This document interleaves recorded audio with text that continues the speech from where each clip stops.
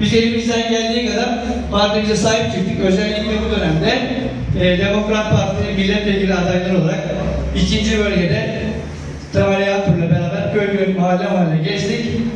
Elimizde gelen en yüksek sonucu aldık yani. Şöyle diyeyim, oylarımızı Türkiye'de arttırdığımız tek il İzmir oldu.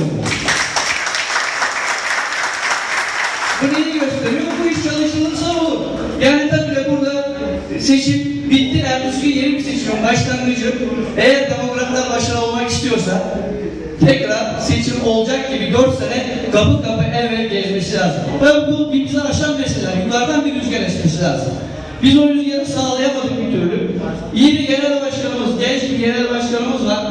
Etrafında seçilen kadro içinde iyi arkadaşlarımız var.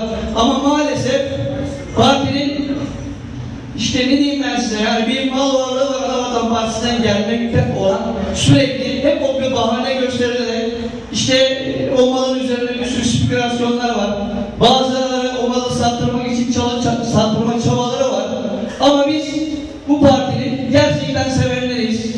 Bu parti elinde sonunda layık olduğu yere getireceğiz. Yani kim ne derse desin, bizim genel başkanımız bu arkadaşlara karşı da gerekli mücadeleyi veriyor. Ama yukarıda partinin de bir gelire ihtiyacı var. Artık onlar bizi aşan meseleler. İnşallah bizim kongrelerimizde, İzmir İl Kongresi'nden sonra genel merkezli kendi kongresini yapar. Layıkıyla iyi güzel bir genel idare kuruluyla bu partiyi tekrar yelkenlerini şişirir. Yoksa Türkiye'nin hali harap, Demokrat Parti olmadan Türkiye olmaz. Hepinize saygılar sunuyorum.